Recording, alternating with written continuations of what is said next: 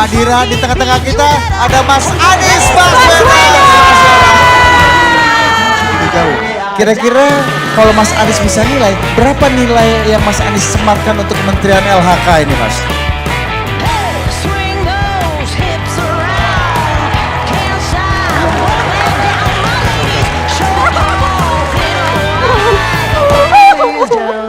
Menurut saya sudah saatnya pemerintah baik pusat dan daerah menempatkan perlindungan tentang lingkungan hidup sebagai salah satu prioritas utama yang harus dikerjakan. Gitu ya. Pesan moralnya begini, jangan pandang pekerja rumah tangga itu semata-mata sebagai pekerja. Negeri ini tidak cukup diatur pakai regulasi. Negeri ini harus diatur dengan panggilan moral. Karena negeri ini dibangun dengan prinsip moral.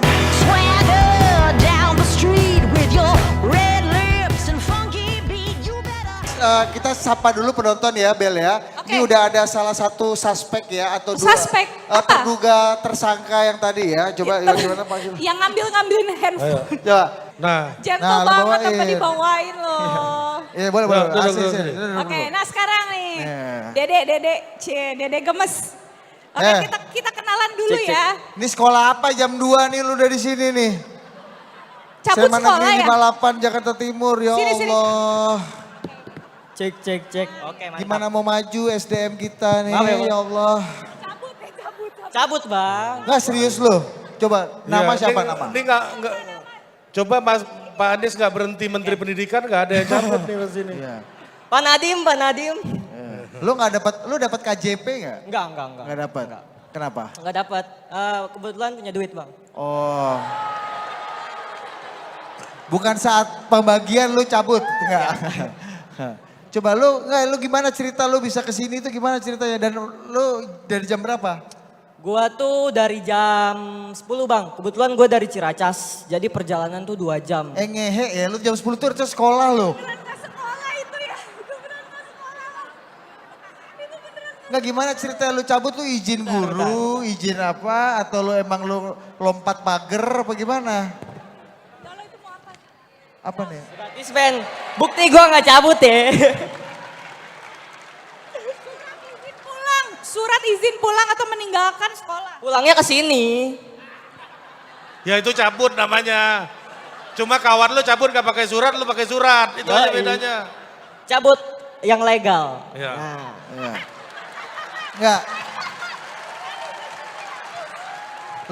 Lu izinnya apa? Lu izinnya apa ke sekolah apa izinnya? Sakit izinnya kan. ya gitulah. Enggak gini. Lu izinnya apa sama sekolah coba dan ceritanya ini- gimana lu ini izinnya? serius ya, ini Iya serius ya, serius serius, banget. serius. Cuman dari tadi gua gak serius. Nih, Gila lu. gua izinnya beneran pengen datang ke Desak Anies dan alhamdulillah diizinin sama guru-guru. Coba lu ceritain dulu Hit. Panggilan lu Ahmad apa Jahid? Muje. Muje. Ahmad namanya keren loh. Iya. Bel, Nama lu panggung, tuh nama teriak-teriak panggung. gitu gak pakai mic tuh orang gak denger. Oh iya, oh bisa. Iya. Aku pikir mati. Iya. Gak profesional, Bang. Ahmad Mujahid. Jo. Namanya Ahmad Mujahid kan? Mujahid. Mujahid gitu. Oke, J, lu tadi ngomongnya sama guru lu gimana? Dan guru siapa yang lu ajak tadi izin nih? Manggilnya apa? Manggilnya apa? Gua ngomong sama wali kelas gua, namanya Bu Ana, nggak di live-in ya, gue pengen Nggak apa-apa, dada. nggak apa-apa. Nggak apa-apa, masuk TikTok nih. Siapa dulu Bu Ana? Halo Bu Ana, Walas, Bu Geo, geografi, sama satu lagi Bu Rodiah, itu guru PKWU Bang. Iya. Nah, Oke. Ceritanya kebetulan kemarin gue dapet chat WA, kan gue daftar kan di link. Pelan-pelan, apa CPA lu pikir gue ngerti CPA. Chat WA, WhatsApp. Oh, chat WA. Chat WA Kak, chat WA WhatsApp. Saking gemanya nih ya, Iya. sound systemnya. Tahu gua nih nggak ekonya denger. turunin dong, ekonya. Oh ekonya turunin. Woi, Ekonya turunin, iya oke. ini audio monitor gue gak denger gue ngomong apa sendiri nih bos. Lanjut. Nah, ya, gue kan dapet chat nih, gue daftar lah ya kan, terus dapet tuh chat. Terus gue tunjukin ke guru-guru gue, Bu, besok saya izin ya mau ikut Desak Anies gitu. Ini beneran? Beneran, ini tulisannya Desak Anies nih. Oh iya, Oh iya, benar. Alasannya desak Anies, Bos. Iya benar. Desak Anies alasannya. Iya. Gue pikir Ketika- lu alasan sakit. Iya. Enggak. Jadi ketika izin ini lu didesak sama wali kelas lo gak? Iya, disuruh ini nitip pertanyaan. Ah. Nah, katanya suruh naikin gaji guru gitu. Oh, oke. Oh, itu Oke. apa suruh apa naikin Suruh apa? naikin Naikin gaji gaji. guru. Oh, itu programnya Mas Ganjar tuh. Berarti gue salah ya di sini ya? Bro. Lu tahu gak temanya hari ini tuh lingkungan, agraria sama perempuan. Tahu. Perempuan. Makanya gue kayaknya salah dah. Iya. Cak, kalau guru lu bertanya Nggak apa-apa, gimana nggak apa-apa cara dong. menanam hidroponik gitu bisa lu di sini. Nggak, Nggak terus apa-apa. nggak lu ceritain coba Guru ceritain. ada perempuan juga bisa Benar, masuk. benar. Lu iya. ceritain dulu prosesnya lu izinnya apakah susah dan gimana coba lu tadi ceritain dulu Cak. Gampang sih bang, karena kayaknya walaupun PNS dituntut netral ya, tapi kayaknya mereka tuh condong dukung Anies gitu. Aduh. Oh gitu ya? Oke ya, Baru tahu ini gua. disarankan ya, Ya, buat anak ditandain guru lu nih. SMA mana lu? SMA. Negeri 56 ya, Di mana? Pak Heru Budi. Ciracas. 58. 58. Ciracas ya? Oke, Ciracas. Jauh-jauh loh dia Ciracas. Oke J, terima kasih J. Nanti Oke, lu, Bang. lu nanya nanti ya. Oke. Gua kasih Makasih, kesempatan. tos dulu dong. Sukses ya. Oke, kita nampaknya sudah kehadiran di tengah-tengah kita ada Mas Anies Baswedan. Terima kasih Ola. Makasih Kak Ola.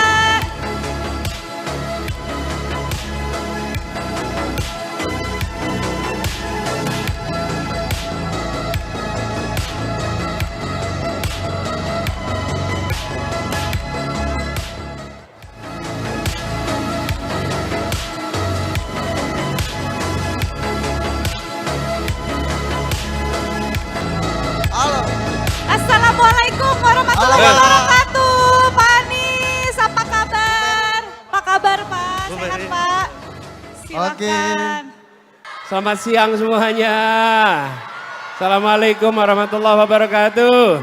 Waalaikumsalam. Waalaikumsalam. Gimana Mas Anies? Yang Boleh jauh-jauh di disapa sana dulu? tuh. Halo. Thank you all for coming. Terima kasih. Iya. Yuk, Nggak saya sampai datang sama Ferry, istri saya. Fer, kesini dulu. Bu Ferry. Nyapa dulu sebentar, Ibu Ferry Iya. kesini. Ini mau ngomongin isu perempuan, jadi saya harus ditemenin sama perempuan-perempuan di rumah. Fer, sini ya. Lu gak salaman sama Mas Anies tadi ya? Salaman. Ya lu sebagai yang muda lu yang samperin dong. Iya. Oh iya harusnya ya.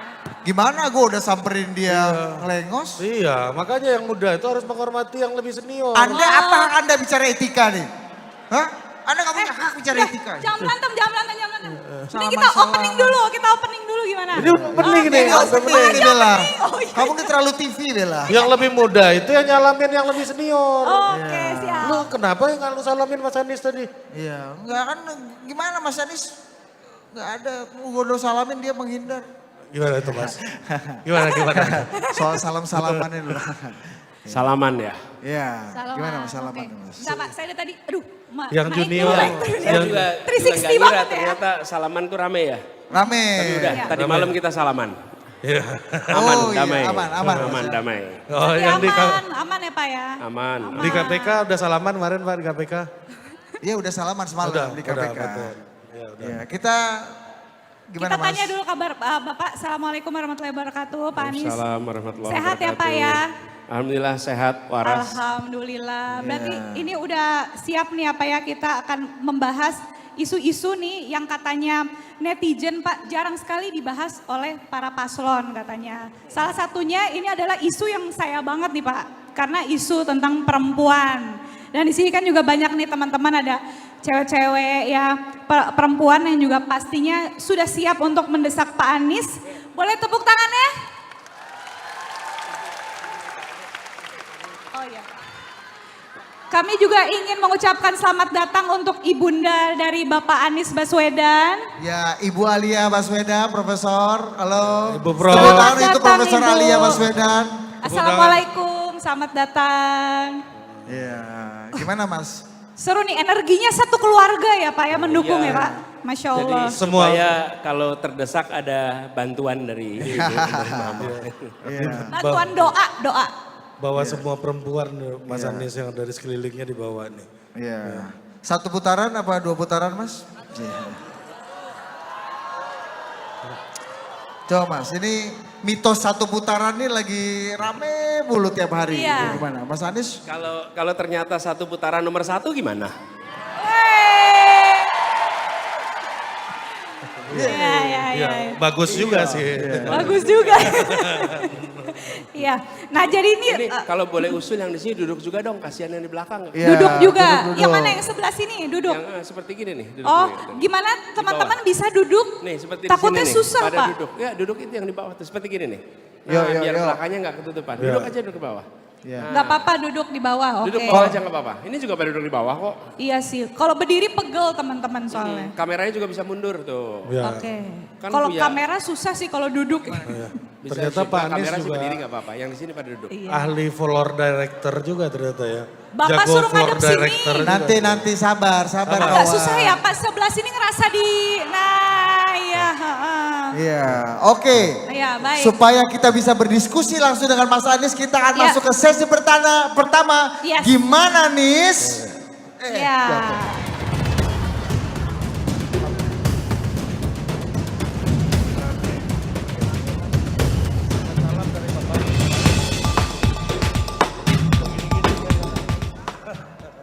Oke baik.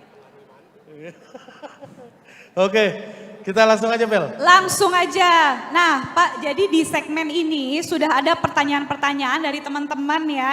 Yang kita kurasi dari sosial media. Jadi kita berharap Pak Anies sudah siap, pasti sudah siap lah ya. Untuk menjawab pertanyaan-pertanyaan kita di segmen 1 ini. Oke, Bella dulu. Oke, makasih kalian berdua tuh Ya, gentle saya banget. turun dulu ya. Oke, Oke, siap. kita kasih kesempatan Bella Mas Anies. Oke. Karena kita bukan apa-apa, karena kita takut sama Ikang Fauzi aja. Yeay. Oh, berarti bukan karena saya ya. Oke Pak, langsung ya Pak ya. Jadi ini tentang isu perempuan Pak, perempuan pekerja. Jadi Pak ini ibu-ibu ngantor rata-rata punya keluhan yang sama. Jadi tuh mereka bilangnya, duh pusing banget nih nyari tempat penitipan anak atau nyari daycare gitu ya Pak ya. Karena rasanya tuh kayak nggak diperhatiin sama negara gitu. Padahal kan kalau kata ada band kan wanita ingin dimengerti. Mereka merasa seperti kurang dimengerti gitu. Karena kan tidak semua ibu-ibu yang bekerja di luar rumah itu punya orang tua atau saudara dekat yang harus nitip. Dan mereka jadi harus nitipin anaknya di daycare gitu. Karena keluarganya nggak ada yang bisa dititipin gitu. Nah katanya bapak ini kan abah online. Harusnya kan seorang abah punya cara buat menangani masalah kepusingan soal daycare ini. Program apa yang akan Bapak lakukan untuk mendukung perempuan bekerja yang sudah memiliki anak, Pak? Ya. Good questions. Dan ini dilema begitu banyak. Terutama kepada mereka yang bekerja sementara income-nya juga terbatas. Di situ ada dilema. Dan kenyataannya kalau kita lihat statistik, ini ada risetnya, itu 1,7 juta dari 11 juta perempuan usia 20 sampai 24 tahun itu memilih untuk berhenti bekerja dengan alasan menikah atau punya anak. Artinya mereka tidak bisa melanjutkan karena beban yang tidak sederhana, dan salah satunya adalah masalah pengasuhan anak karena mereka punya beban. Jadi apa yang kita ingin kerjakan melihat masalah ini? Ini adalah problem yang harus diselesaikan, bukan dibiarkan. Seringkali kita menemukan masalah itu bukan sulit tapi tidak diselesaikan. Saya beri contoh, ada jalan yang aspalnya rusak. Bertahun-tahun aspal itu rusak. Tidak perlu ilmu rumit, yang diperlukan adalah alokasikan anggaran, jalankan, maka beres masalah aspal itu. Sama seperti ini. Ini adalah masalah yang sudah menahun. Diselesaikan aja. Jadi apa yang harus dilakukan? Kita harus membangun daycare, tempat penitipan anak, kemudian ruang laktasi yang berkualitas di tempat-tempat kerja sebagai dukungan kepada perempuan yang bekerja agar dia tetap bisa bekerja sambil bisa merawat dan mengasuh anak-anaknya. Nah, ini harus dikerjakan dan ini sebenarnya sesuatu yang perusahaan, kemudian kantor pemerintahan itu dengan mudah lakukan. Kemudian yang kedua adalah terkait dengan suami, bapak-bapaknya. Kami memiliki program bahwa yang harus mengurus anak, yang harus mengurus anak kan bukan hanya ibu ya, tapi bapak juga. Nah, cuti melahirkan untuk para suami itu biasanya hanya 2 hari di berbagai tempat. Nah, kami ingin mengubah itu menjadi 40 hari bagi suami. Supaya dia betul-betul terlibat di fase awal. Fase awal ketika mukjizat itu datang. Kan bayi itu seperti mukjizat yang diberikan kepada kita. Dan kita bisa merawatnya. Nah, yang terkait dengan daycare itu saya sampaikan ini bukan sebagai rencana begitu saja. Ketika saya bertugas di Kementerian Pendidikan dan Kebudayaan, kami membuat daycare di lokasi yang paling strategis di kementerian. Di gedung utama dan dibuat dengan standar daycare terbaik level dunia. Kenapa dilakukan? Saya katakan kepada semua, ini Kementerian Pendidikan. Maka daycare-nya harus daycare terbaik di Indonesia. Supaya siapapun yang membuat daycare tinggal datang ke kementerian untuk menyaksikan contoh daycare yang terbaik. Sayangnya sekarang digusur tempat itu. Nah, silakan tanya pada yang menggusur. Tapi kalau buat saya, pendidikan terpenting dan terutama adalah pendidikan usia dini. Dan usia dini itu salah satunya adalah daycare di usia awal. Sebelum mereka masuk PAUD. Yang kedua ketika di Jakarta itu kami bangun di Pemprov DKI Jakarta 32 daycare di lingkungan Pemprov DKI Jakarta termasuk di Balai Kota. Di Balai Kota itu di lokasi yang paling strategis. Kalau Bapak Ibu masuk gedung utama Balai Kota, maka di bawah, di lantai paling dasar sebelah kiri itu ada daycare untuk karyawan perempuan yang punya bayi, punya anak kecil. Dan ada ruang laktasi di dalam situ. Saya nggak tahu masih ada apa tidak. Ya, tapi teman-teman sekalian, saya ingin sampaikan, kalau ini dikerjakan itu bukan hal baru gara-gara urusan Pilpres. Ini adalah melanjutkan yang kemarin sudah dikerjakan di tingkat nasional. Mantap. Oke. Sudah Pak, saya izin ke pertanyaan selanjutnya ya Pak ya. Ini masih terkait dengan isu perempuan, kali ini temanya adalah KDRT. Jadi Pak, Indonesia ini saat ini sudah dalam kondisi darurat kekerasan karena tingginya angka kekerasan, terutama kekerasan seksual dan juga KDRT. Sampai September 2023 ini sudah ada 19.593 kasus kekerasan ya. Ibu-ibu benar ya teman-teman. Nah itu baru yang lapor Pak, pasti yang nggak lapor lebih banyak lagi gitu. Nah mayoritas pelakunya adalah orang terdekat seperti keluarga, pasangan dan juga teman dekat. Nah pertanyaannya Pak, gimana solusi konkret yang akan Pak Anies lakukan jika terpilih untuk penanganan kasus KDRT dan juga kekerasan seksual di Indonesia? Termasuk program pendampingan korban Pak, sampai pulih. Karena itu yang masih sangat minim dilakukan oleh pemerintah, selain hukuman yang juga belum tegas Pak, untuk pelaku kekerasan seksual. Itu. Ya, ini problem seperti puncak gunung es. Yang terlihat di permukaan itu jauh lebih sedikit daripada yang kenyataan di lapangan. Kalau menurut teman-teman di LBH Apik, dari 200-an kasus itu mungkin hanya 4 yang lapor ke polisi. Jadi hanya 2% yang lapor, berarti 98% itu tidak terlaporkan.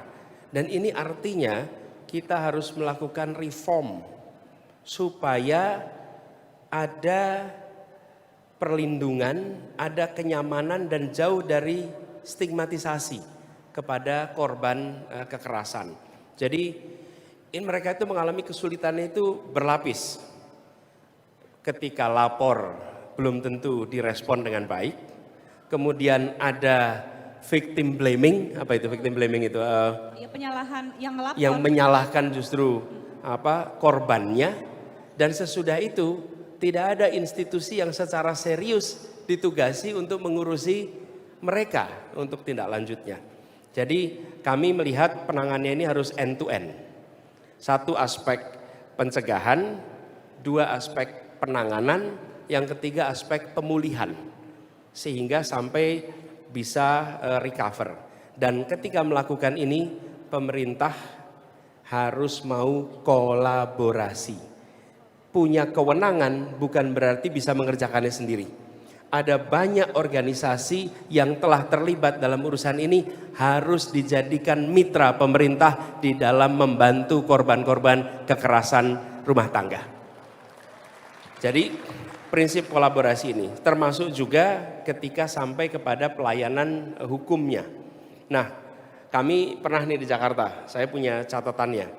Di Jakarta itu ada hotline 24 jam untuk pelaporan. Kemudian ada rumah aman, ada layanan visum. Dan layanan visum ini dilakukan, semua ini dilakukan free of charge. Ada konsultasi psikolog, kemudian juga layanan gratis. Ini semua satu paket yang dikerjakan di DKI Jakarta. Ini tidak memasukkan status kependudukan. Jadi DKI Jakarta melindungi setiap perempuan yang menjadi korban, baik dia warga DKI ataupun non warga DKI. Bagi kami ini soal kemanusiaan. Dan ini adalah tanggung jawab negara untuk melindungi. Jadi dengan cara seperti itu, maka kami yakin kasus-kasus kekerasan di dalam rumah tangga akan bisa tertangani. Lalu penegakan hukumnya kita tidak boleh toleran. Pelakunya harus mendapatkan hukuman yang bukan hanya setimpal, menjerakan. Sehingga kapok itu apa? Jerah harus menjerakan. Karena kalau tidak menjerakan, maka potensi berulang itu tinggi. Bahkan di berbagai negara sampai ada yang memberikan tanda kepada pelaku-pelaku kekerasan rumah tangga, kekerasan seksual, sehingga seumur hidup itu menjadi konsekuensi yang harus ditanggung. Itu membuat orang berpikir 2-3 kali untuk sampai terlibat dalam kekerasan rumah tangga. Jadi Bapak Ibu sekalian, perlindungan ini harus menjadi prioritas. Karena ini masalah yang tersembunyi tapi dirasakan oleh begitu banyak perempuan di Indonesia. Dan tersembunyi, karena tersembunyi itulah justru kita harus extra effort. Dan saya perhatikan tadi soal kolaborasi, ya, Bella. Betul. Kenapa kolaborasi ini penting? Tidak selamanya aparat pemerintah itu dipandang nyaman oleh korban. Seringkali korban itu lebih percaya kepada non pemerintah. Nah, tujuan kita bukan mereka dilayani oleh pemerintah. Tujuan mereka adalah mereka terlayani, terlindungi. Siapa yang bisa melakukan itu, maka kami support. Itulah sebabnya kami ingin kolaborasi dengan yayasan-yayasan, NGO-NGO yang sudah bergerak di bidang ini untuk membantu penanganan itu. Keren ya? Pak, keren. Siap. Untuk pertanyaan selanjutnya, ini ada kembar Siam, oh bukan. Iya, kembar dempet ya. Oke, Dari terima kasih Siap. Bella. Sama-sama, Ya. berarti aku turun dulu ya. Tepuk tangan untuk Bella Fauzi ya. Iya, lo gak mau masuk politik aja lo Bella kayak mak lo. Iya. Mas, supaya lebih adil, karena kata Mas Andis, yang penting adalah keadilan. Soalnya gitu kan. Sekarang ada yang baru lagi tadi bos. Apa? Ini adalah keberlanjutan. udah mirip Mas Ganjar. Mas, kita boleh madep sana nggak Mas? Kita untuk coba sapa teman-teman yang ada di sebelah sana. Jadi kita diskusinya Mas Andis menghadap sana. Panggung lu kasih beda dulu. Oke. Jangan colongan. Mas, pertanyaan berikutnya Mas. Ini kita bicara mengenai kontribusi Indonesia untuk global. Mas Anies kan kemarin di debat kemarin kan kita bisa kok, saya bisa kok bicara dan meyakinkan dalam waktu yang pendek. Wah kan termasuk soal ASEAN macam-macam gitu. Konkret aja Mas, karena kita bicara soal lingkungan hidup, apa yang paling konkret kontribusi yang bisa kita lakukan Mas untuk menurunkan emisi global? Konkret aja kita. Carbon capture ini ya. Ya carbon capture sama carbon apa tadi? Ya, memang sih karena gini, ada yang bilang juga 2 menit itu nggak cukup. Jadi makanya mudah-mudahan ini 2 menit ini cukup. Ini udah 1 menit 50 Ya detik. makanya. Ya. Mas Anies ngata-ngatain calon lain udah 30 detik sendiri tuh Mas. Langsung Ya, fokus. gini, barangkali terkait this is not climate change, this is climate crisis. Ini adalah krisis iklim. Jadi di tingkat global, di level diplomasi, dalam debat kami sampaikan, negara-negara selatan bisa menggalang kekuatan bersama. Untuk apa? Untuk kita meminta kepada negara-negara utara lebih memberikan porsi tanggung jawab yang besar di dalam urusan climate change ini. Jadi kami melihat kita bisa mendesak loss and damage fund untuk ganti rugi bencana iklim ini ditingkatkan dari 700 juta dolar itu menjadi 100 miliar. Ini harus dikerjakan kolektif, tidak bisa oleh Indonesia sendiri. Kemudian mengusahakan pendanaan internasional bukan sebagai hutang, tapi sebagai usaha menyelesaikan climate crisis yang terjadi di negara-negara selatan. Itu internasional. Yang domestik ini begini, kita punya komitmen. Ada komitmen untuk net zero emission di tahun 2060. Ini harus diturunkan dalam kebijakan kementerian, provinsi, kabupaten, private sector. Karena itu tidak bisa komitmen ditandatangani tanpa diturunkan.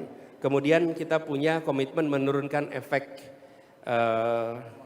rumah kaca, greenhouse gas emission itu sampai hampir 32% di tahun 2030. Nah, kita masih jauh dari situ. Bahkan kalau catatan kita jauhnya itu agak mengkhawatirkan. Oh jauhnya ketinggalan lumayan Ya, overlap ya karena kalau itu di MotoGP. menurut Mas, kami ya?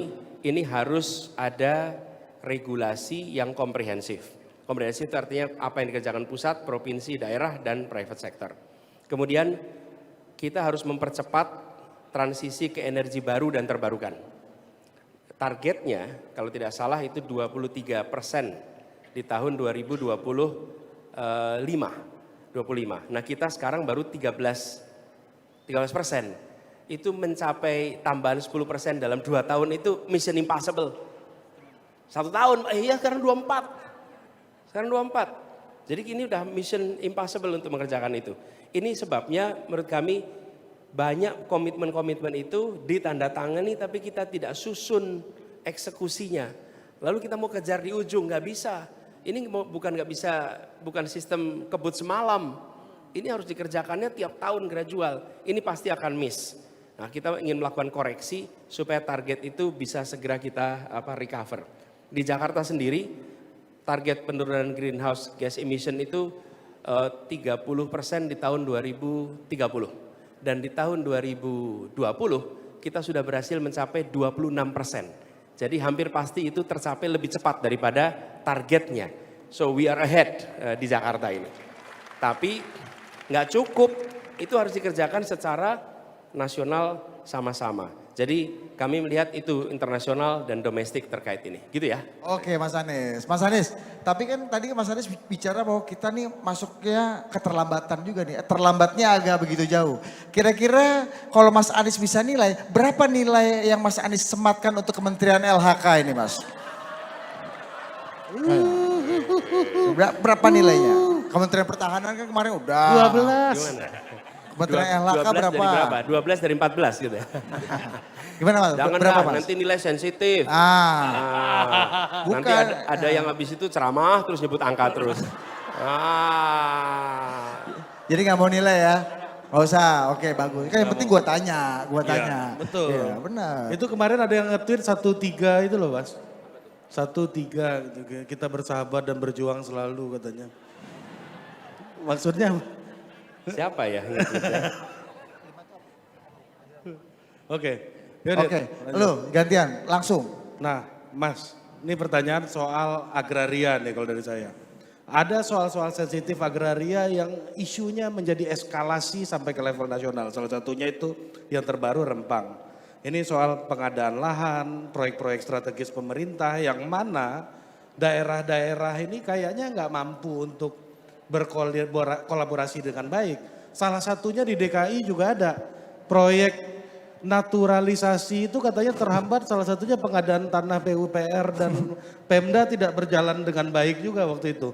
Nah, gimana caranya Mas Anies, program apa ya, baik itu yang akan dilakukan dan lesson learn apa dari Mas Anies yang bisa dibagi sebagai kepala daerah sulitnya berkoordinasi untuk melaksanakan proyek-proyek strategis nasional. Silakan Mas Anies. Ya, begini, tentang proyek-proyek strategis nasional.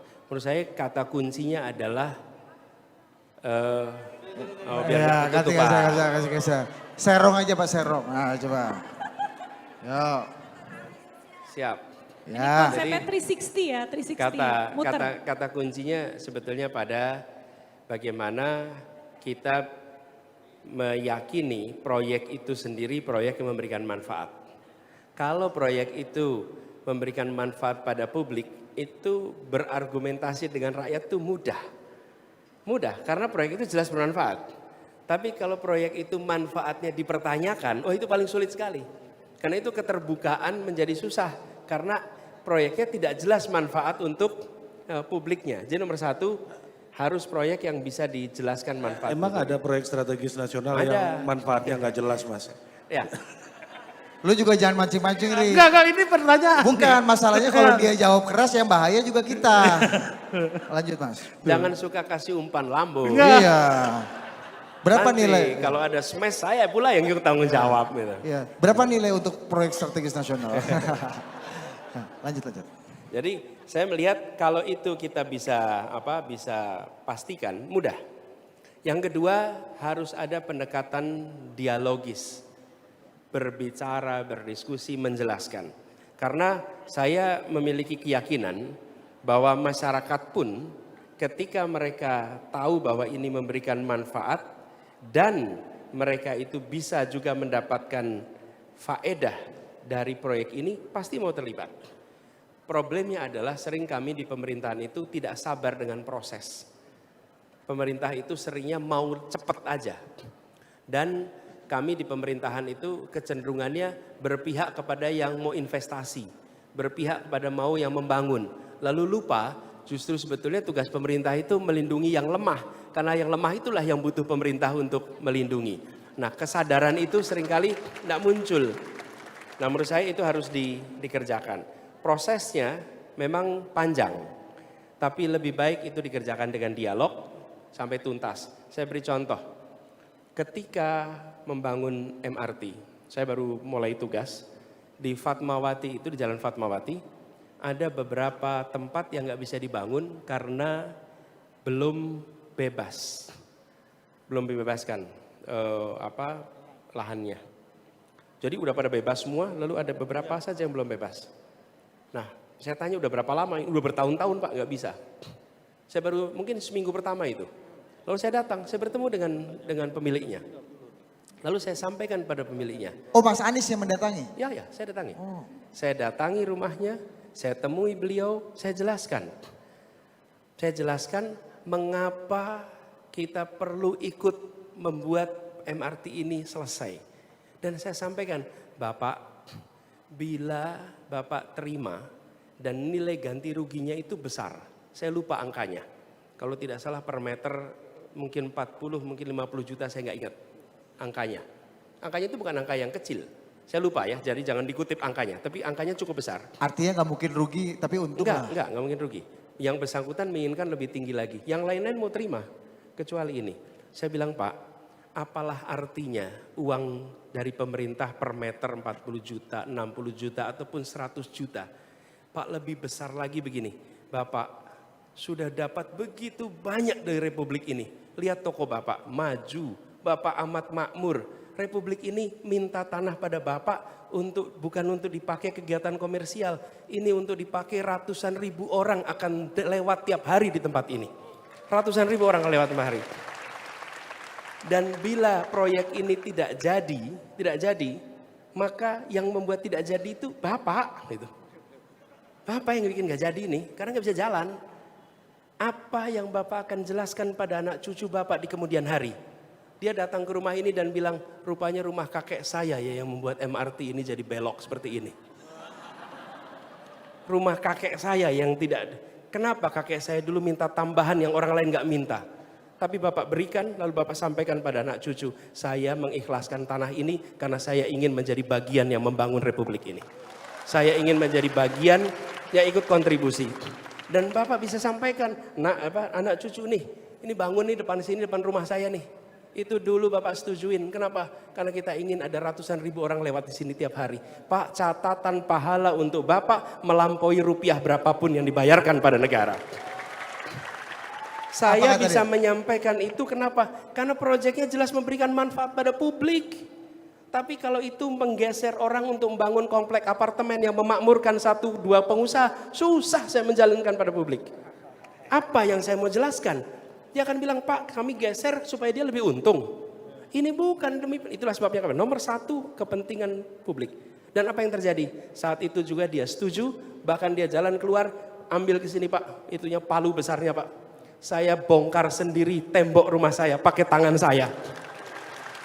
Lalu dia ambil itu palu godam yang gede itu, dia pukul itunya temboknya. Padahal belum beres-beres Belum rumah ada loh ya. administrasi. Brak dipukul semuanya. Jatuh itu dan saya bilang, Pak, sudah sekarang saya kerjakan, tinggal diteruskan sama staf Bapak untuk ini selesai. Apa pesannya? Pesannya adalah proyeknya benar. Yang kedua, komunikasikan tentang Republik, ini tentang masa depan. Republik ini dulu dibangun dengan semua orang iuran kok. Ada yang iuran barang, ada iuran nyawa, iuran tenaga, ada iuran darah, semua mau iuran. Kita harus kembalikan spirit itu di Republik ini. Yuk kita iuran sama-sama. Tapi itu tidak bisa dikerjakan kalau kepentingannya bukan kepentingan umum. Nah, di situ. Wah. Jadi gara-gara Bapak ungkit anak dan cucu, apa yang akan dikatakan anak dan cucu Bapak gitu Pak ya? Itu untung orangnya nggak menganut child free Pak ya. Kalau child free mau ngomong apa Bapak anak cucu? Enggak, saya child free. Apa kamu? Apa? Nah, gitu. Ahli waris kalau gitu nanti. Oh iya. Ponakan kek gitu kan. Iya. Bisa improvisasi lah Pak ya, oke. Oh kalau child free boleh punya ponakan ya? Iya. Oh kalau paman selalu ada. Gua yang turun. Bahaya. Ini mulai bahaya ini mulai begini nih. Gak bahaya, Bel, ayo Bel, sini kita naik Bel. Ini kita udah masuk ke sesi berikutnya. Tadi Iya. kita udah tanya bertiga. Kita akan masuk ke sesi Tanya Ini. Tanya ini. Udah siap ya? Kita geser lagi Pak, lihat sana Pak. Nah, Bapak ini pemimpin harus bisa capek. Selain Iya. capek negosiasi juga capek buat muter-muter. Jadi kita muter ya, muter. Ya, gantian. Sini belum. Sini Kak, ya, Pak. serah Bapak. Request. Ngadep sini Pak. minggir. Pak Anies ngadep sini. Oke, Ya, saya mau buka. Siapa yang mau nanya ke Mas Anies? Siapa yang mau nanya? Enggak. Aku dulu kali ya. Boleh, yang boleh, pilih, kamu boleh dulu, ya. kamu dulu. Kamu Karena- dulu. Oh iya siap Bu. Bentar ya Bu ya, saya lihat dulu ya. Ibu-ibu ada nggak? Ibu-ibu, ada kita nggak? pilih ibu-ibu ya, oke. Ah ini aja deh, ibu aja nih. Bentar. Bel, udah. Ini aja. Oh ini aja. iya, oke. Ada ini nggak? Sabar kawan, sabar. Ya Allah, ingat anak cucumu. Apa yang dikatakan anak cucumu nanti kalau melihat kamu teriak-teriak seperti itu, ya Allah. Kita pilih beberapa apa satu-satu dulu? Satu-satu dulu. Oke, kalau gitu kakak dulu yang milih. Silakan. Oke, kakak dulu yang nanya. Izin Pak, Iya, sabar ya Allah. kita balik ke sana Pak. Ini kan Sabar Ibu, nanti pasti akan dibuka kesempatannya ya. Bu mau Oke, berdiri juga silakan, Bu. boleh. Hati-hati Bu. Mikrofonnya itu siap, Bu. mikrofon Mas Anies. Bu, Siap, pakai Bu. mic Bu, biar kedengaran pakai mikrofon ya Bu. Ini mikrofon Mas Anies pakai ini. Bisa Bu, mic-nya Bu?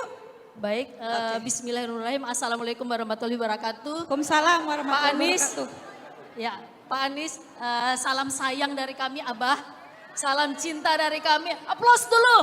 Yeay. Pak Anies, ini saya notaris PPAT Pak, kebetulan berkantor di Jakarta. Ini masalah mafia tanah Pak. Mafia tanah itu sampai sekarang sudah memasuk semua lini. Kami dalam menjalankan tugas jabatan kami selalu notaris PPAT, kadang-kadang Pak menjadi korban, terkriminalisasi. Jadi ketika modus para mafia itu mereka memalsukan KTP, memasukkan identitas-identitas, sertifikat pun mereka palsukan. Jadi ketika mereka datang ke notaris, bawa sertifikat asli tapi dokumen-dokumen pendukungnya palsu. Kami notaris PPAT melaksanakan akte jual beli, sudah selesai. Oh iya, Duduk Bu, iya.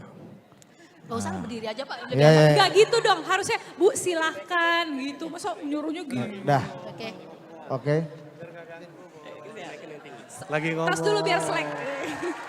Ayo buat hati Bu. Nah gitu dipegangin. Iya. Jadi, Ibu kalau ya ya. Nah, Kemudian, loh. nah ini Pak, masalahnya adalah ketika kami bermitra dengan BPN Pak, sebagai mitra bekerja. Kami notaris itu pejabat umum pembuat akta tanah. Kemudian kami masyarakat akan membutuhkan jasa notaris untuk pelayanan hak tanah-tanahnya. Kendalanya adalah ketika terjebak dengan mafia tanah, itu mafia tanah sudah masuk semua lini. Faktanya sangat sulit sekali berantas. Akhirnya apa terjadi? Ketika kita bikin akte, itu ternyata kriminalisasi dan jadi korban. Kami pun notaris PPAT jadi korban. Sekarang pertanyaan kami singkat saja Pak. Bapak kan mempunyai program, menjalankan program strategi nasional. Untuk bagaimana untuk mencegah, memberangus dan mengurangi serta memusnahkan mafia tanah ini. Bagaimana pendapat Bapak? Kita mau dengar informasi dari Bapak sehingga kita bisa memahami. Dan kemudian yang kedua, ketika Bapak menjelaskan ini, kami dapat perlindungan hukum. Masyarakat mendapat perlindungan hukum. Kemudian semua mitra kerja kami BPN pun dapat bekerja dengan baik. Karena terkendala dengan mafia tanah semua lini, kemudian ada ordal-ordal yang agak sulit diberantas Pak. Ya, termasuk pungli dan sebagainya. Demikian Pak, terima kasih banyak Abah. Salam sayang dari kami Abah. Assalamualaikum warahmatullahi wabarakatuh. Waalaikumsalam warahmatullahi Ya. wabarakatuh. Ibu di sini dulu, tetap jangan kemana-mana Bu. Dengar dulu penjelasan Pak Anies ini. Siapa tuh anak cucu ibu nanti kan juga melihat.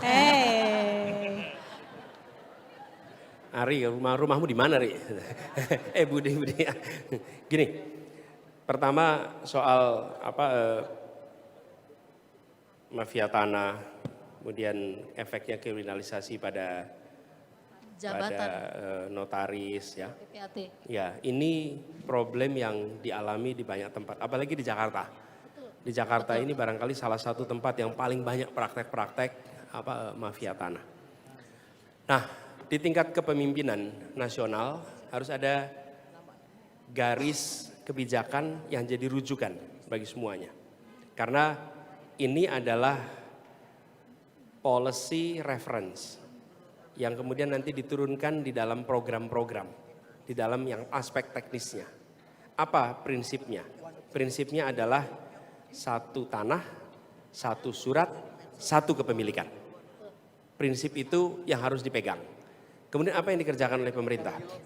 Kita harus memiliki peta kepemilikan tanah di setiap daerah yang lengkap. Dan tidak kita membiarkan ada lubang-lubang di situ. Dan ini harus dikerjakan secara masif dan nantinya prosesnya transparan. Dan itu artinya kita menutup celah bagi mafia tanah untuk melakukan permainan di situ. Itu langkah pertama. Kemudian peran negara yang punya prinsip satu tanah ini artinya harus dikelola satu lembaga. Tidak ada pilihan, harus dikelola satu lembaga. Dan hari ini masih begitu banyak nih yang mengelola surat-surat tanah. Ada BPN, ada pengurusannya ya, ada BPN, ada pajak, ada mana lagi, Pemda, kecamatan, desa, dan lain-lain. Jadi terlalu banyak jenis hak tanah, jenis surat tanah, yang kemudian menjadi peluang bagi mafia-mafia ini untuk bermain.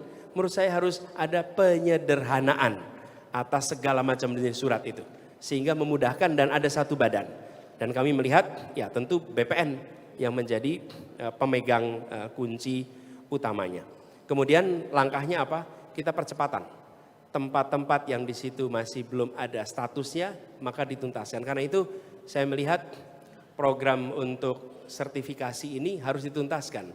Tapi bukan hanya sertifikasi atas tempat-tempat yang sudah jelas, tapi justru yang ada dispute. Dan kemudian disiapkan mekanisme penyelesaian dispute. Harus ada mekanismenya. Karena bagaimanapun juga nanti kita akan ketemu dengan conflicting parties. Kalau segalanya diselesaikan lewat pengadilan, itu bisa lamanya nggak kira-kira. Lama Pak. Lamanya luar biasa. Butuh waktu. Jadi harus ada satu badan, satu mekanisme yang dibuat oleh pemerintah untuk menyelesaikan persoalan-persoalan seperti ini. Yang pada akhirnya sebenarnya bisa ditemukan jalan keluar lewat jalur non pengadilan supaya ada solusinya. Lalu kita harus buat proses ini transparan. Dan dengan begitu nantinya notaris-notaris juga bisa melihat ini tanah sudah jelas, ada catatannya di dalam peta pemerintah sehingga buat notaris ada perlindungan. Kalau hari ini notaris nggak tahu tuh. Betul ya? Ya, betul. Kemudian di kemudian hari ada yang mengklaim, lalu ada kriminalisasi, jadi tidak ada rujukannya. Dan menurut saya itu kita perlu tuntaskan. Apakah ini pernah dikerjakan? Kami pernah kerjakan di Jakarta, membuat peta itu. Dan peta ini menurut saya harus kita lakukan di seluruh Indonesia. Lalu semua datanya dimasukkan sehingga transparan bisa diakses oleh siapa saja. Begitu Bu. Jadi bisa dicek, berarti nanti kalau sudah bisa di mapping ya Pak ya, mapping pertanahan, Bu. terdaftar semua jadi bisa lebih baik. Ya, anak cucu ibu ada yang mau nanya lagi habis ini Bu. Anak-anak. Anak cucunya Udah banyak. sambung. Wah, Terima asik. kasih Bu. Tepuk Terima kasih tangan. banyak Ibu. Terima kasih Pak. Terima kasih Bu. Oke, saya izin di sebelah Foto sini dulu dong, nih. Pak. Di belakang Foto ada yang mau dulu, nanya foto. nggak? Ayo teman-teman. Ada yang mau Foto. nanya nggak? Sini Pak. Pak ini teman-teman Pak. Ada yang mau nanya nggak? Apa ini? Loh. Oke, Sabar. Ran. dari sesi 1. Ran. Oke, Ngeri nih Bu Udah. Ibu. Saya di AFS Pak. Sama AFS dong. 80 Amerika. ada nggak? Udah. Agraria. Oke. Iya. Aku gimana nih? Aku boleh pilih nggak dari sini atau dari kakak dulu? Oke, sudah ada selanjutnya siapa? Bella? Siapa? Kamu yang pilih? Ya udah, siap. Silakan. Ya, Ayo, siap. Silakan. Iya.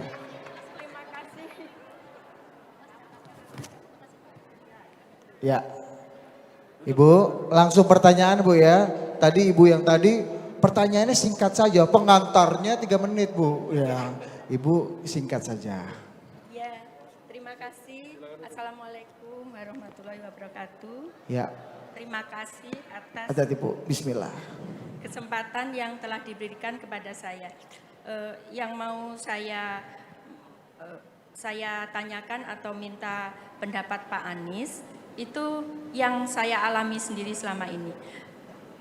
Tadi saya menunggu dari sesi 1, kemudian saya tidak dapat kesempatan untuk bertanya, jadi saya lanjut ke sesi 2. Sesi 1 tadi saya nggak dapat tempat duduk, jadi saya duduk di bawah terus Ya, saya... lanjut pertanyaannya Bu. Ya, lanjut Bu, lanjut. Kemudian... Ibu jangan cerita sejarah keluarga Ibu lagi. Ya maaf, ya maaf. Panjang ya. Sekarang mungkin dari sesi 1 saya mau tanya, mau minta pendapat Pak Anies dulu. Kebetulan orang tua saya berasal dari kota di Jawa Timur. Kebetulan orang tua saya dulu membuat klinik, pertama rumah bersalin, kemudian menjadi rumah sakit.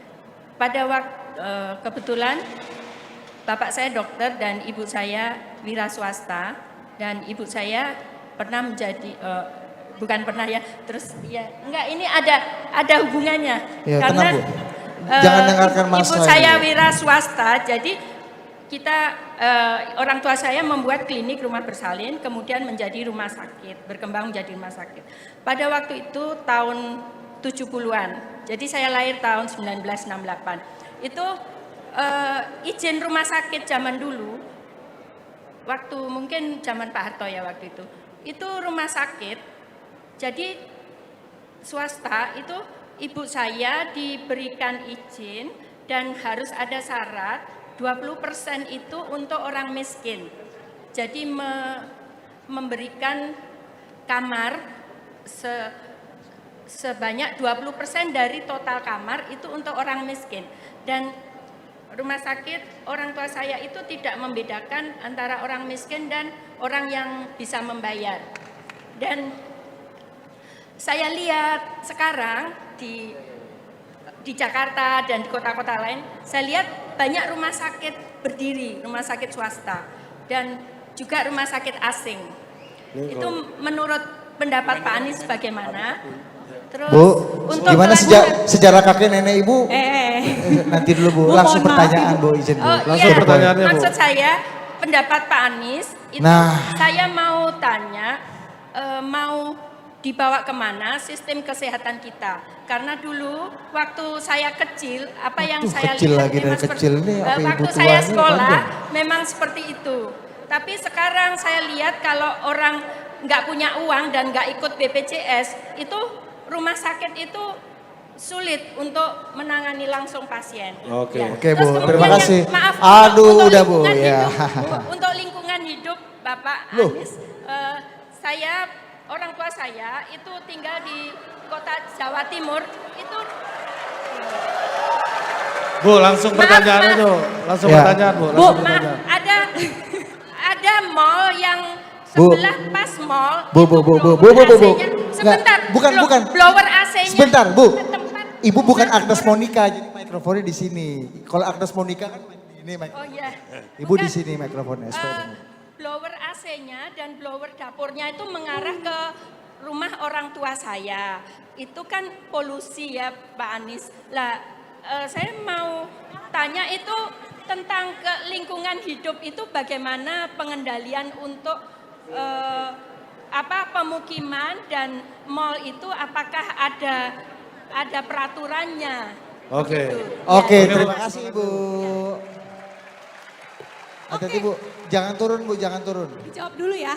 Tahan, Jawab Bu. dulu Pak. Oke. Ya, Siap. nomor satu, ketika jaminan kesehatan berlaku universal, maka semua akan bisa mendapatkan perlindungan ketika mereka harus dirawat di rumah sakit, ketika harus ke dokter. Karena itu sifatnya universal, semua dibiayai. Jadi ada yang memang mendaftar ikut BPJS, tapi bagi yang tidak mampu, pemerintah yang mendaftarkan.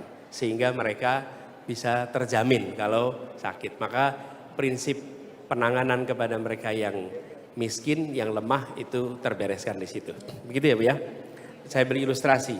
Waktu saya bertugas di Jakarta, baru masuk saya cek berapa warga Jakarta yang tidak tercover BPJS. Ternyata yang tidak tercover itu angkanya 27%. 27%. 27% itu artinya seperempat warga. Dan 27% itu pasti yang paling bawah. Kemudian kita menutup biaya itu dengan mengalokasikan sekitar 1,3 triliun untuk mendaftarkan mereka ke BPJS. Lalu semua lurah diharuskan mensensus penduduknya. Bila ada penduduk yang tidak terdaftar BPJS, maka tunjangan kinerjanya lurahnya akan dipotong. Jadi dia bekerja mati-matian memastikan 100% penduduk terdaftar BPJS. Supaya ketika mereka sakit aman. Cara itu yang kita ingin lakukan di Indonesia supaya semua akan terjamin. Yang satu. Yang kedua. Mantap. Yang kedua tentang, itu sudah ada aturannya. Ada AMDAL, tinggal penegakannya. Nah kalau ada AMDALnya dikerjakan, tapi ada ORDAL juga, masalah di situ. Iya, betul. Seringkali ORDAL mengalahkan AMDAL. Iya, betul. Nah ini artinya harus ada sikap dari negara yang tegas. Menurut saya sudah saatnya pemerintah baik pusat dan daerah menempatkan perlindungan tentang lingkungan hidup sebagai salah satu prioritas utama yang harus dikerjakan. Gitu ya. Oke. Terima kasih, Bu. Terima kasih Bu. kasih, Ya. Bu. Pertanyaannya, Oke. Gua mantap. akan kumpulin 3 orang. 3 orang ya. Sisi sini dulu. Siapa yang mau nanya? Sisi sini. Ayo. Tahan. Oke, aku yang baju bunga-bunga. Ayo. Satu lagi. Baju bunga-bunga. Loh. Ayo. Sebelah sini, Mak. Boleh sebelah sini ada? Ini nih. Ah, Ibu. Gensi. Ibu bunga. Sini sini. Gensi. Enggak, Ibu bunga. Oh ya. Udah dua. Oh udah 2, oke. dua. Sorry ya Kak ya. Maaf ya Kak. Ya. Soalnya terbatas banget. 3 aja. Sama-sama Bu. Ayo Bu. Anak muda katanya banyak yang request anak muda. Udah. Ya. Bu, Oke. silakan. Oke. Dikumpulkan jadi satu bertiga kalian. Anak Ibu-ibu. muda banyak banget nih sebenarnya yang antusias Silakan ya. Oke. tanya dulu. Mohon maaf ya teman-teman ya. Ayo. Singkat aja ya. Cepat. Oke, cepat. Sorry ya, waktu terbatas soalnya teman-teman. Oke, Yuk. langsung. Terima kasih. Assalamualaikum warahmatullahi wabarakatuh. Saya Miftah dari mahasiswa di Universitas Tidar Magelang.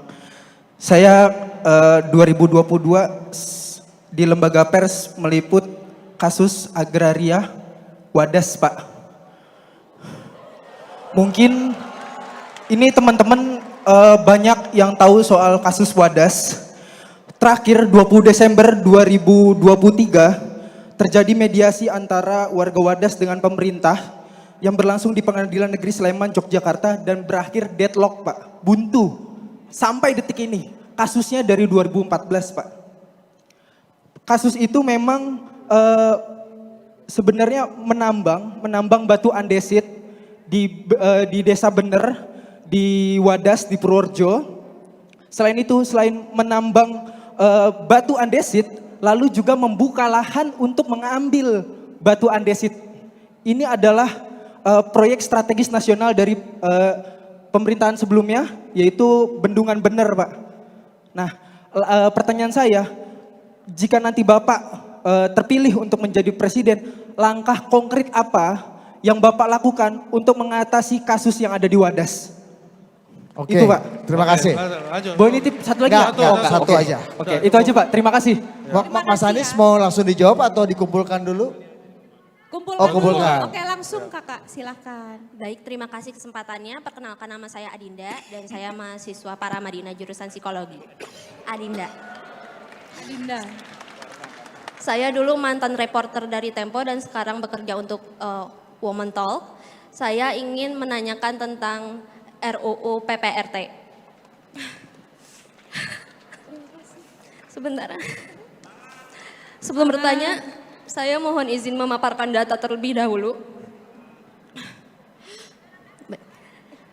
RUU PPRT ini sudah digantung 20 tahun dan saat ini telah memasuki hari ke-150 aksi demo mogok makan untuk mengesahkan rancangan undang-undang perlindungan pekerja rumah tangga.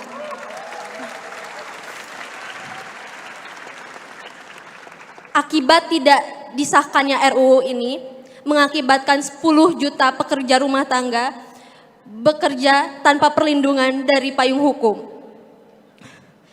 Berdasarkan data dari Jala PRT, setiap tahunnya ada 600 aduan dari pekerja rumah tangga yang mengalami kekerasan dan diantaranya adalah human trafficking.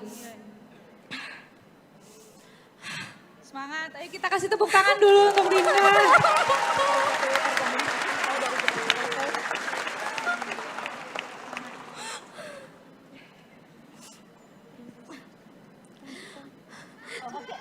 Saya Kasih ingin tisu, bertanya.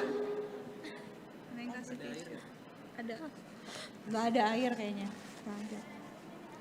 Air minum ada. Karena pengesahan RUU ini ada masalah tentang bias gender, lalu perbedaan kelas sosial, dan juga relasi kekuasaan sehingga banyak sekali kasus yang akhirnya berujung damai karena kekuasaan dari majikannya. Yang ingin saya tanyakan adalah,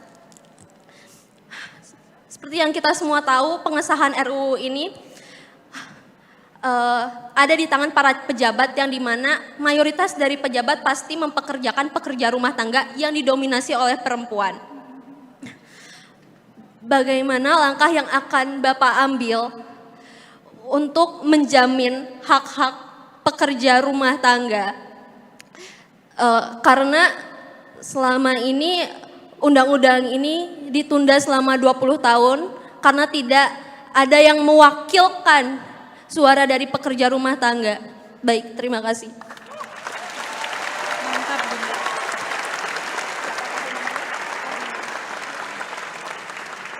Keren. Silakan Ibu. Saya ikut nangis. Sayang. Saya sendiri sebagai PRT, Pak. Saya di sini mewakili. Terima kasih, Bunda. Terima kasih. Kamu udah menyuarakan suara PRT. Perkenalkan, nama saya Suartini. Saya sendiri sebagai PRT. Saya udah lebih dari, pokoknya saya lulus SD udah dari PRT, Pak. Jadi mungkin lebih dari 25 tahun, mungkin bahkan lebih. Karena umur saya sekarang udah 45 tahun. Jadi saya juga berkaitan yang dipertanyakan dengan Dinda itu, kita itu satu jaringan organisasi yang bergerak di bidang perlindungan untuk PRT. Jadi saya di sini hanya mau menyampaikan bagaimana Pak Anies memberi arti kehadiran dan peran PRT. Apakah Amin kelak mendukung pengesahan UU untuk perlindungan pekerja domestik atau PRT di Indonesia? Kami sudah berjuang 20 tahun lebih, tetapi dihambat di DPR. Bagaimana terobosan Bapak mengingat koalisi Bapak kecil hanya 3 partai? Seperti itu. Saya dari Jala PRT mewakili 6 juta PRT di seluruh Indonesia.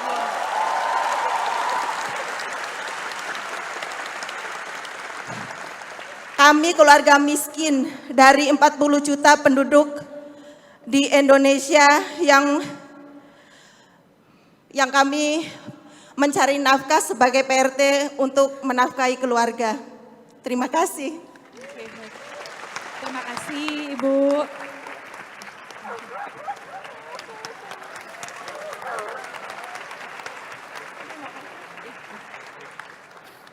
Yuk duduk, mau aku bantuin? Sini sayang.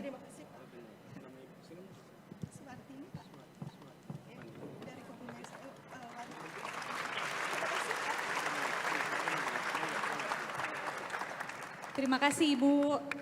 Dinda juga thank you ya. Ya, teman-teman sekalian, Bapak sekalian. Tadi saya ingin jawab pertanyaan pertama dulu Ya. dari Bung Miftah tadi ya. Miftah dari Universitas Tidar Magelang, langkah konkret apa yang diselesaikan? Begini, Bung Miftah, prinsip yang kami adopsi adalah prinsip keadilan kesetaraan. Jadi bagi kami solusi yang dibuat harus mengedepankan prinsip keadilan dan kesetaraan. Jadi undang semuanya. Ada deadlock itu terjadi di semua urusan. Tapi selalu ada jalan keluar. Selalu ada jalan keluar. Dan itu membutuhkan endurance. Endurance itu daya tahan untuk menjalani. Saya beri ilustrasi. Kami mau mempersatukan pengelola angkot di Jakarta untuk bekerja dalam satu sistem. Berapa kali pertemuan untuk bisa sepakat. Di awalnya deadlock, pertemuan paling keras yang saya pernah rasakan di Pemprov DKI adalah ketemu dengan orang-orang pribadi-pribadi mengelola angkot itu. Kerasnya luar biasa, keras sekali.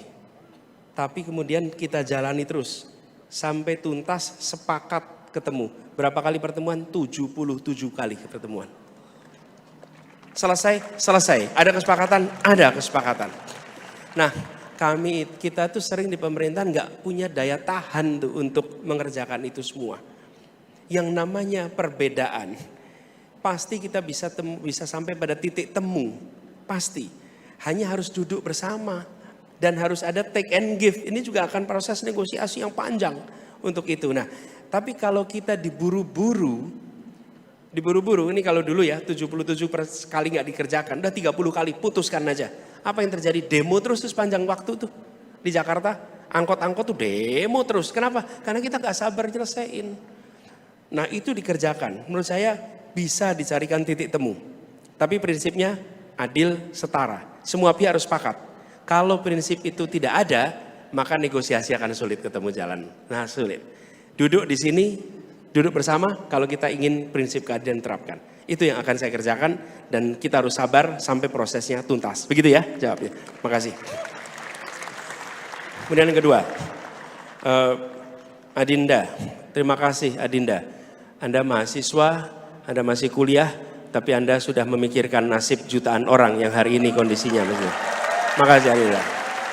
Dan dia sepenuh hati, dia bukan, artinya dia sepenuh hati. Saya tadi ketika lihat tanya itu dia udah loncat-loncat terus, minta supaya dipanggil dan datang ke sini. Adinda, kita bangga punya anak muda seperti Anda yang buat kita punya masa depan baik. Kemudian tadi Ibu Suwardi, Ibu Suwardi, terima kasih. Kita kan nggak membayangkan random begini ketemu, bukan? Lagi-lagi Tuhan bekerja dengan cara yang misterius. Mempertemukan yang memperjuangkan, yang diperjuangkan dan memperjuangkan bersamaan. Nah, begini. Nomor satu, istilahnya juga nih.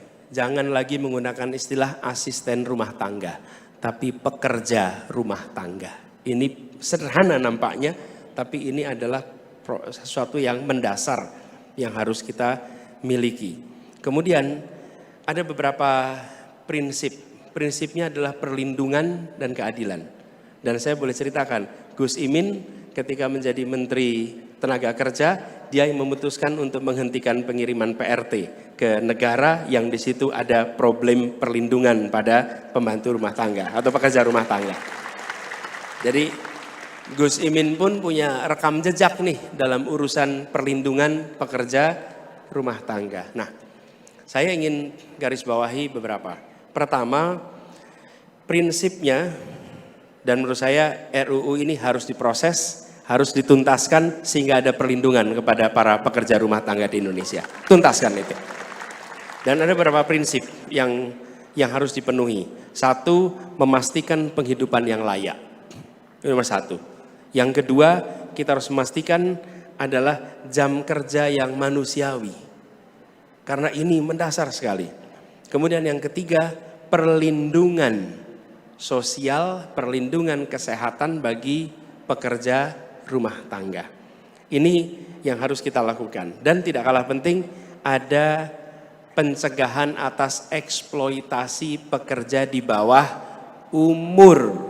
Jadi umur minimal untuk bekerja itu harus diterapkan.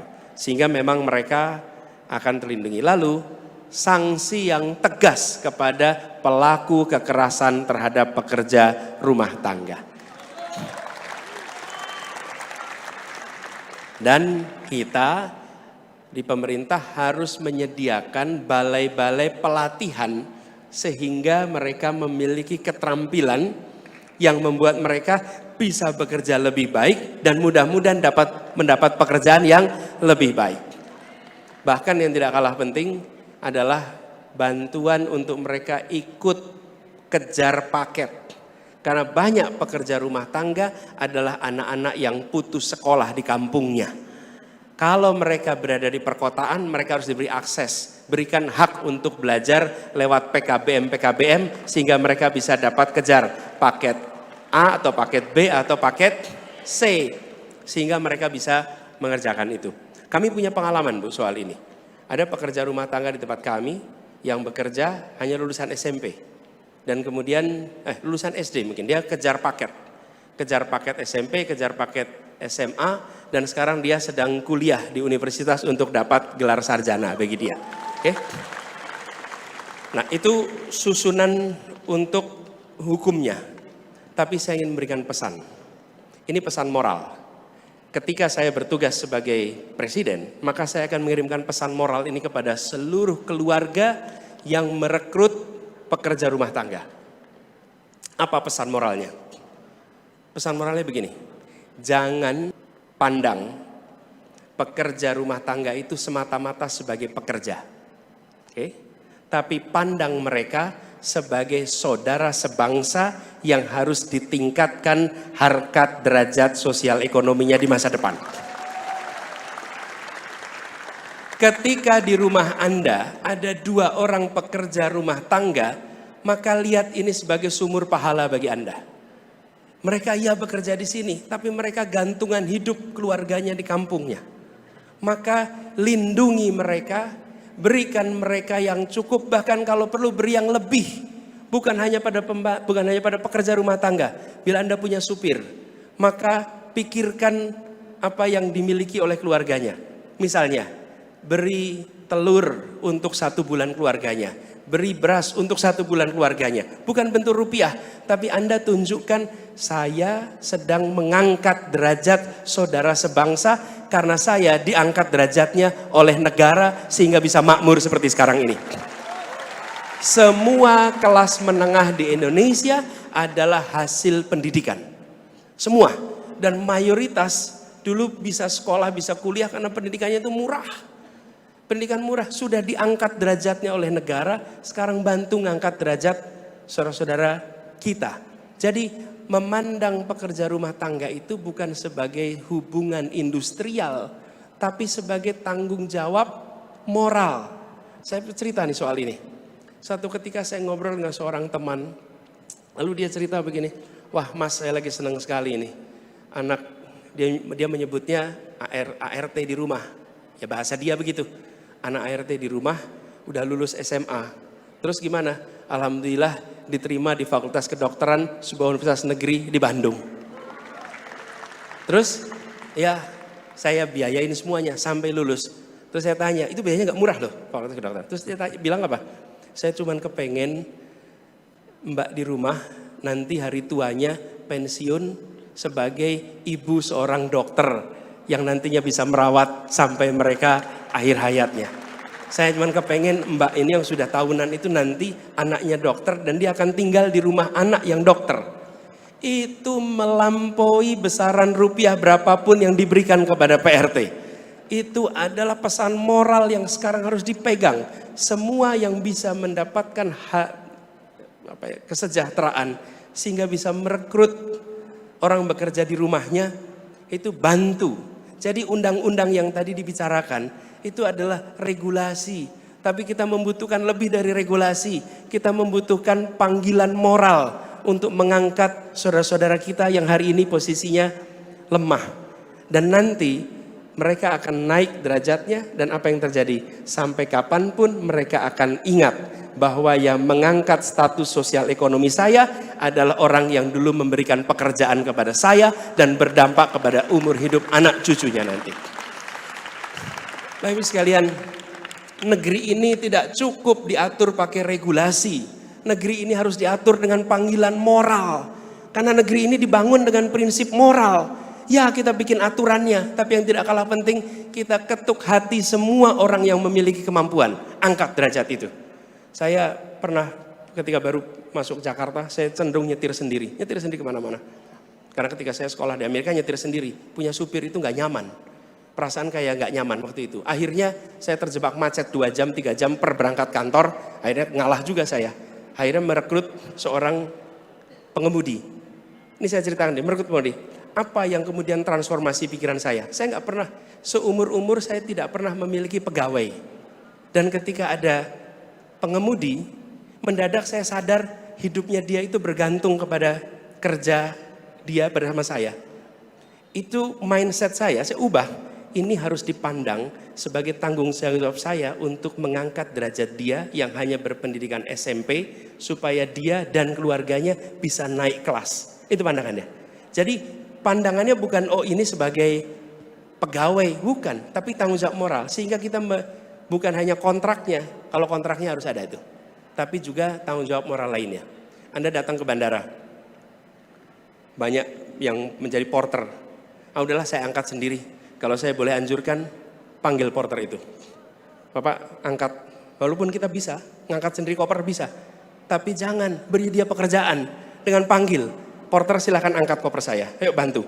Bukan malas, nanti kemudian berikan uangnya. Dan saat berikan uangnya bilang, Pak tolong jangan dipakai buat rokok, pakai untuk pendidikan anak-anak, pakai untuk sekolah anak-anak. Dia akan pegang itu, dia bilang, saya terima uang ini dan dipesan sama yang memberi, jangan untuk rokok. Jadi ketika kita diberikan rizki oleh Allah untuk memiliki kemudahan secara ekonomi, tarik saudara-saudara kita yang di bawah. Ini pesan moral untuk mereka yang sudah diangkat derajatnya oleh negara, agar mengangkat derajat saudara-saudara kita yang belum sejahtera. Itu jawabannya. Sorry lebih dari 2 menit. Gak apa-apa Pak. Oke. Terima kasih mantap, buat para terima penanya. kasih. Terima kasih buat Mas Anies. Nggak berani kita motong, Masya Mbak. Allah masih banyak banget Ya. ya. Aduh, Nih. sampai situ juga. Iya. Oke, Nih. Bang, Gimana nih teman-teman. Kari Kak Budi? Oke, Banyak ini banget ya mau nanya karena ya. waktunya udah mau berakhir, saya mau mempersilakan Pak Anies untuk memberikan Closing ya, sapaan statement. untuk orang-orang ini soal bagaimana pemilu kita yang udah menghitung hari lagi nih Pak Anies, ya Iya. kan? Agar semuanya berjalan dengan baik. Dan juga saya mau minta mengklarifikasi juga. Mas Anies kemarin dituduh melakukan provokasi. Yang dalam isu agraria soal tanahnya salah satu paslon gitu ya. Oke. Karena ternyata kita lihat di LHKPR-nya cuma 60 hektar Mas ternyata. Nah ini soal provokasinya dalam hal-hal ini untuk pemilu yang lebih riang gembira gitu. Silakan Mas Oke Anies. silakan Pak Anies. Ya, teman-teman sekalian, ini gini, ditambahkan teman-teman sekalian, terima kasih sekali. Ditambah 1 jam pun nggak akan selesai. Betul tidak? Ditambah 5 jam pun akan selesai. Kita masih banyak hal. Tapi pesannya teman-teman, yang kami bawa adalah gagasan perubahan, dan perubahan itu salah satunya adalah membuat pemerintahan yang terbuka dengan dialog bersama dengan seluruh rakyatnya. Bukan negara yang takut dengan rakyat, dan negara yang bisa berinteraksi. Apakah jawaban disetujui 100%? Belum tentu. Kalau dengar jawaban, saya setuju 100% ada, saya setuju 90%, saya setuju 70%, saya mungkin setuju 60%, nggak apa-apa. Tapi yang penting Anda tahu penjelasannya, Anda bisa menakar seberapa jauh. Yang susah itu kalau tidak ada dialog, Anda mengetahui setujunya berapa persen aja nggak tahu. Kan ini pilpres bukan memilih foto untuk dipasang di ruang-ruang kelas. Kalau milih foto di ruang kelas, bandingkan bannernya aja. Karena kita mau milih foto di ruang kelas, kita memilih orang untuk mengambil keputusan atas nama negara, mewakili kita semua. Karena itu, menurut saya kita harus menghormati rakyat dengan cara berdialog begini. Dan Anda punya hak untuk tidak setuju dengan yang disampaikan. Karena nggak mungkin juga semua orang berpikiran sama, bukan? Tapi minimal Anda bisa menilai. Bisa menilai itu mana berapa persen saya setuju. Nah, itulah pesan utama dari kegiatan ini. Pertanyaannya masih banyak, yang harus didiskusikan masih banyak. Tapi insya Allah waktu kita juga di dalam proses ini masih panjang. Jadi selalu kesempatan itu akan ada. Kemudian teman-teman sekalian, ya. Oh ya, oh.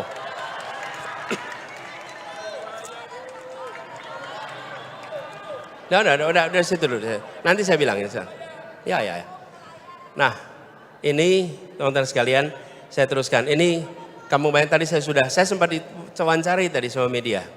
Saya sampaikan kepada Pemprov DKI Jakarta punya kewajiban konstitusional untuk menuntaskan hak bagi warga Kampung Bayam untuk tinggal di tempat itu. Tadi saya ditanya bahwa itu akan dipakai untuk pekerja di JIS. Menurut saya dari awal itu dirancang bukan untuk pekerja JIS. Itu dirancang untuk warga Kampung Bayam. Bahkan rancangannya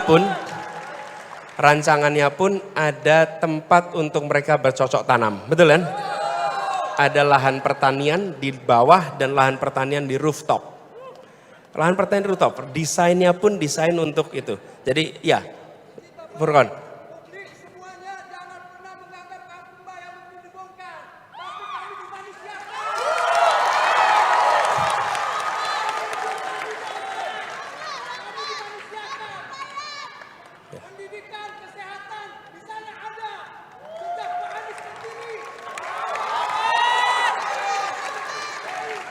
Ini, Bung Furqon, sebentar aja boleh, sebentar aja ya. Enggak boleh, berdiri sini tapi sebentar aja. Jangan panjang-panjang, sini.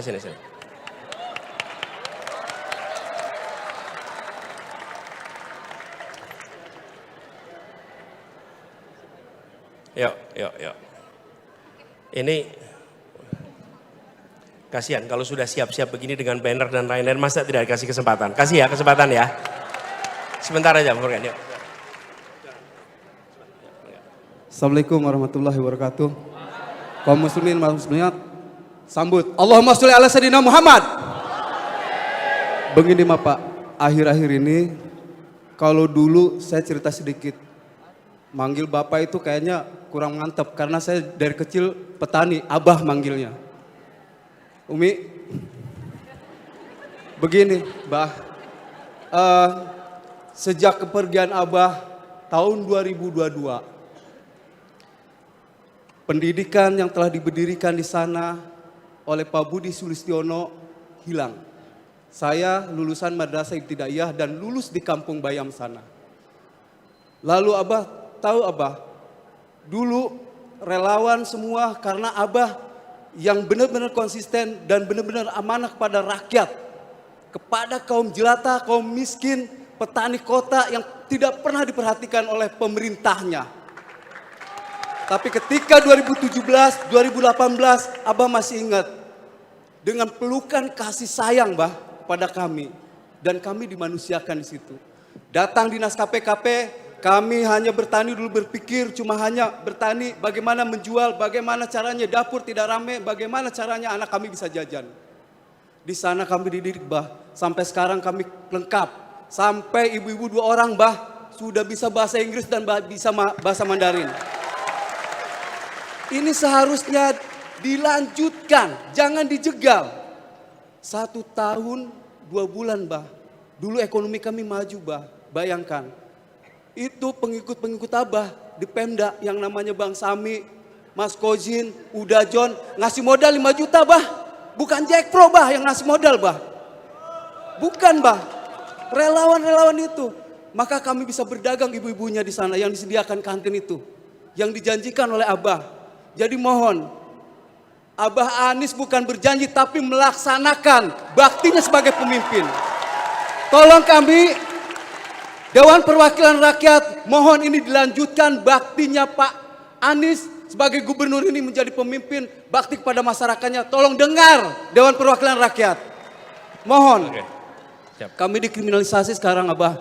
Bayangkan 1 tahun, 2 bulan di sana kami harus menjaga kesehatan anak. Dan kami ngampar ke ikan asin. Bismillah.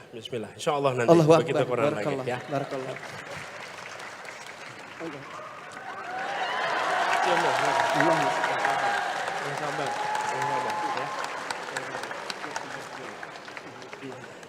Saya selalu bilang, Furqon berduduk lagi, terima kasih. Saya selalu bilang yang sabar. Insya Allah kalau kewenangan itu dikembalikan, segera kita kembalikan hak itu. Teman-teman sekalian, menjadi negara itu artinya rahim. Menjadi negara itu artinya rahman. Menjadi negara itu artinya mengasihi, menyayangi. Dan rakyat itu adalah yang harus dipandang sebagai pihak yang dilindungi. Teman-teman ini, warga Kampung Bayam, ini bukan dilindungi oleh pribadi. Ini dilindungi oleh keputusan gubernur yang harusnya dilaksanakan oleh negara. Jadi tidak seharusnya pelayanan-pelayanan itu berhenti. Justru pelayanan itu harus diteruskan. Penderitaan yang mereka alami bukan penderitaan karena mereka, tapi karena pemerintah mengubah kebijakan. Menurut saya ini harus dikembalikan. Mudah-mudahan ini terdengar oleh pemerintah dan mudah-mudahan ini nanti dilaksanakan. Tapi jangan sampai karena diungkapkan di sini makin tidak dilaksanakan. Jangan sampai karena teman-teman ini melakukannya secara terbuka, mudah-mudahan kriminalisasi tidak terjadi juga pada teman-teman semua. Jadi teman-teman semua kembali kepada persoalan ini, perlindungan perempuan, perlindungan kepada soal lingkungan hidup, dan hak atas tanah itu adalah isu besar yang kita ingin selesaikan ketika kami diberikan kewenangan. Tadi kami bicarakan soal perlindungan, sudah itu disampaikan.